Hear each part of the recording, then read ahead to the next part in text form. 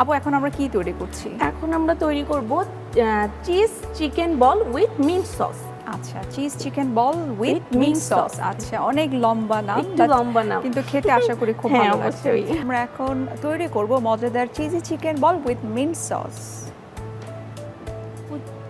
Chicken ball তৈরি করতে আমাদের ফার্স্টে আমরা চিজি চিকেন বলটা তৈরি করে নিব।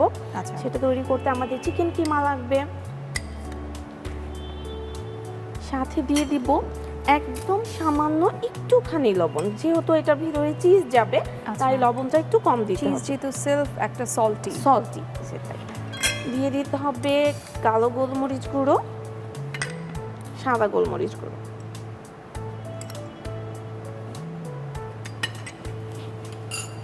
এই উপকরণ কিন্তু আর তেমন কিছুই লাগবে না। আচ্ছা, এবার আপনি রান্না করার সময় কি কখনো মনে হয় যে না আমার বাচ্চারা এটা খেতে পছন্দ করবে, সো আমি এই রিলেটেড রান্নাটা একটু বেশি করি? সব সময় ওরকমই করা হয় আপু, আর যেটা করা হয় একটু চালাকি করা হয়, কারণ ওরা একটু ভেজিটেবল খেতে চায় না। আমি ওই ওদের পছন্দের খাবারগুলো তৈরি করে বিভিন্ন ভেজিটেবল দিয়ে ওই পছন্দের খাবারটা তৈরি করে দেই। আচ্ছা, মানে ভেজিটেবলটাকে আপনি প্রায়োরিটি দেন বেশি? হ্যাঁ, যেমন হচ্ছে ইয়াটা চিকেন নাগেটটা তৈরি করলে নাগেটে আমি কিছু ভেজিটেবল একদম ম্যাশ করে দিয়ে দেই, যাতে ওরা বুঝতে না পারে। সসেসটা তৈরি করি আমি, তখনও কিছু ভেজিটেবল আমি ম্যাশ করে দিয়ে দেই। এই চিকেনটা একদম ব্লেন্ড করা, এবং চিকেনের যে বুকের মাংসটা ওটা নিয়ে নিলে সবচেয়ে ভালো হবে। এখন এখান থেকে আমি একটু বোল তৈরি করে নিচ্ছি। একটু হাত লাগাতে হচ্ছে, হাতটা আমি ওয়াশ করে নিয়েছি। ভিতরে দিয়ে দিচ্ছি মোজারেলা চিজ, একদম ছোট করে কেটে নিয়েছি, কেটে ভিতরে দিয়ে টাইনি সাইজ, তাই তো? একদম। এখন আমি এটা ময়দায় গড়িয়ে নিব। তার আগে আমাদের একটু ডিমটা ফেটে নিতে হবে।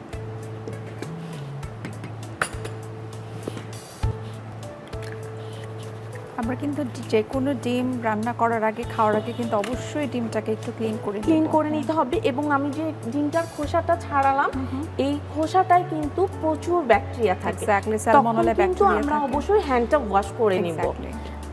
এবং আমরা কখনো কুক ফুড আর র ফুড একসাথে রাখবো না, তাহলে কিন্তু এটা কন্টামিনেশন হয়ে যায়। আসলে এই জিনিসটা আমার খুব ভালো লাগছে যে আপনি আসলে শুধু রান্নাই করেন না, স্বাস্থ্যের বিষয়গুলো আপনি খুব ভালো জানেন এবং অ্যাপ্লাই করেন সবসময়। জি আপু, এটা আমি আসলে যখন কোর্স করেছি আমাদের হাইজিন হেলথ এগুলো নিয়ে অনেক পড়ালেখা করতে হয়েছে। এখন কিন্তু কুকিংটা মানে শুধু রান্নার ভিতরে রিলেটেড নেই, আমাদের কিন্তু এখানে অনেক পড়ালেখা করতে হয়। এটা আমি যখন ভর্তি হয়েছি তখন আমি বুঝিনি, পরে আস্তে আস্তে এখন দেখলাম যে কুকিংয়ে এত পড়ালেখা, এটা করে আরো ভালো হয়েছে, আমরা অনেক কিছু জানতে পারছি। আচ্ছা, তো ময়দায় গড়ানোর পরে এটা আমরা একটু ডিমে গড়াবো, তারপরে আমরা এটা ব্রেড গামে গড়িয়ে নিব। এটা তো চাইলে আমরা টোস্ট দিয়ে আমরা করতে পারি, টোস্ট দিয়েও করতে পারি, যেটা अवेलेबल থাকে। ব্রেড গ্রামটাও কিন্তু বাসায় তৈরি করা যায়, পাউরুটিতে ব্লেন্ডারে ব্লেন্ড করে হয়তো কোনো কারণে ব্রেড থাকলো না, তখন টোস্ট থাকে। হ্যাঁ, পাউরুটিটা টোস্ট দিয়েও করতে পারি, অথবা পাউরুটি ব্লেন্ডারে ব্লেন্ড করে আমরা একটু তাওয়াতে তেলে নিলেই কিন্তু আমাদের এই ব্রেড গ্রামটা তৈরি হয়ে যাবে। তাহলে কিন্তু আমাদের আলাদা করে যে কেনা যেটা প্রসেস করা যে গ্রামটা, সেটা দরকার হয় না। আবার সেম ভাবে আমি এটি বল করে ময়দায় গড়িয়ে নিচ্ছি, ডিমে গড়িয়ে নিচ্ছি, তারপরে ব্রেড গ্রামে গড়িয়ে নিচ্ছি। আচ্ছা, এটা তো আমরা ভেজে নেব, তাই না? জি, আমরা এটা ভেজে নেব। আমরা চুলাটা একটু জ্বালিয়ে আমাদের অয়েলটা গরম করে দিতে হবে।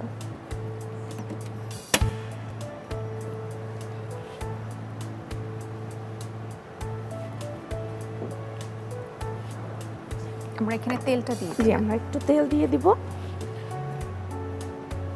তো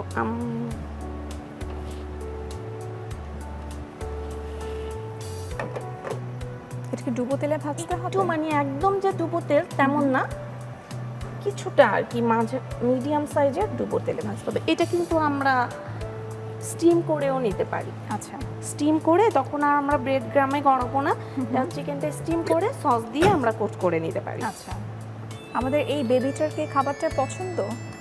বলো, চিজি চিকেন তো তোমার খুব পছন্দ, বলো। হ্যাঁ, ও তো আমাকে অনেক হেল্প করে। আমি অনেক কেক তৈরি করি, তখন ও আমাকে একদম সব ইনগ্রিডিয়েন্টস এনে দাও থেকে শুরু করে রেখে রেখে দেওয়া আসা, তারপরে মানে egg আপনি beat কাজ করা। করেন, আপনাকে দেখে দেখে অনেক কিছু হ্যাঁ, ও শিখে অনেক গেছে। কিছু শিখে গেছে।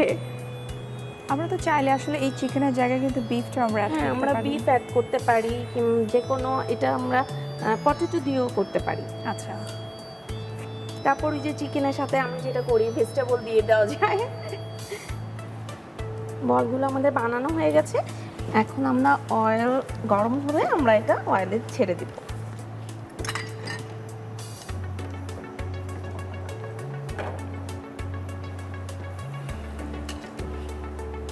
একটু অল্প আছে মনে দিতে একটু হবে, অল্প আদারওয়াইজ আছে। ক্রামটা মনে হয় পুড়ে যেতে না পারে। হলে পুড়ে যাবে।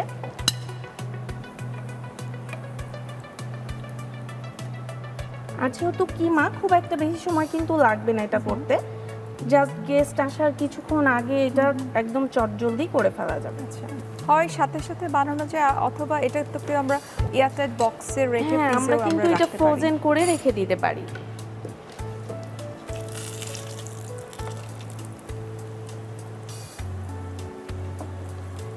তুমি কি এটা খেতে চাও? আজকে খাবে? তোমার তো অনেক পছন্দের একটি খাবার এটি। ভিতরে চিজটা যখন মানে মেল্ট হয়ে যায় ভাজার পরে, তো বাচ্চারা ওটা যখন খুলে তখন খুব মজা পায়। আচ্ছা, টিভিতে যেমন দেখা যায় না, যেমন চিজি চিজ গুলা একদম sticky মিষ্টি হচ্ছে। নিচ্ছে। এটা একটু হতে হতে আমরা সসটা তৈরি করে ফেলি। আচ্ছা, তুমি এখানে চলে আসো, এখানে চলে আসো। আমরা একটু অয়েল দিয়ে দিচ্ছি, একটু রসুন কুচি দিয়ে দিব অয়েলটা গরম হলে।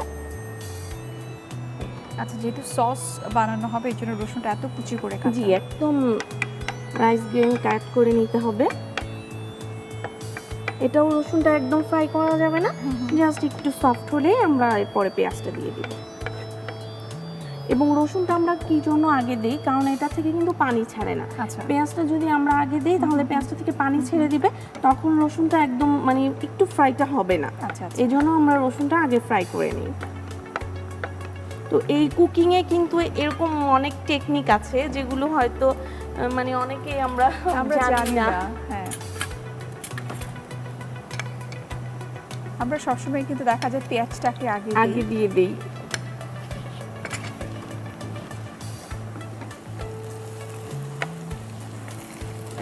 এরপরে আমরা দিয়ে দিব সাদা গোলমরিচ গুঁড়ো, কালো গোলমরিচ গুঁড়ো দিয়ে দিচ্ছি, টমেটো সস, এখানে চিলি সসও ইউজ করা যাবে। আচ্ছা, আর আমাদের এখানে লাগবে যেহেতু মিন্ট সস, অবশ্যই মিন্ট লিভ লাগবে। এই মিন্টের কিন্তু আসলে অনেক গুণাবলী। অনেক গুণাগুণ। সাধারণত দেখা যায় যে রমজান মাসে বেশি খায়, কিন্তু এটা কিন্তু আমাদের সারা বছর খাওয়া উচিত, কারণ এটা আমাদের শরীরকে ঠান্ডা রাখে, প্রচুর অ্যান্টিঅক্সিডেন্ট আছে, এবং স্পেশালি যারা আসলে ক্যান্সার পেশেন্ট তাদের জন্য এটি কিন্তু খুব ভালো, কেননা ক্যান্সার সেলগুলোকে কিন্তু এটি ড্যামেজ করতে সাহায্য করে। সুতরাং যারা ক্যান্সার পেশেন্ট তারা কিন্তু সারা বছরই চাইলে এই পুদিনা পাতাটা খেতে পারে। আমরা একটু মিষ্টিটা কুচি করে নিচ্ছি। এখানে কিন্তু আমরা কোরিয়ান্ডার লিভও দিতে পারি চাইলে, আচ্ছা, কেউ যদি পছন্দ করে তাহলে তখন আবার সেটা কোরিয়ান্ডার সস হয়ে যাবে। এরকম করে কিন্তু আমরা রেসিপিও চেঞ্জ করে নিতে পারি। এটা আসলে যার যার পছন্দ মতো, যেটা বলে না যে নিজের মতো করে কাস্টমাইজ করে বা একটাকে ফিউশন করা। সেটাই, একটা রেসিপি মানে কিন্তু একটা রেসিপি শেখা না। দিয়ে দিলাম মিন্ট সস। আমাদের কিন্তু বলগুলো হয়ে গেছে।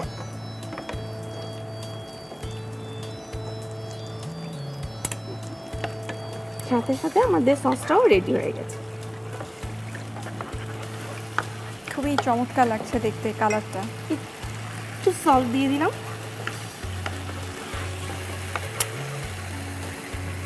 না, আমি এবার একটু প্লেটিং করে ফেলবো। আমাদের রান্নাটা কিন্তু শেষ, এবার আমরা প্লেটিং এ যাব।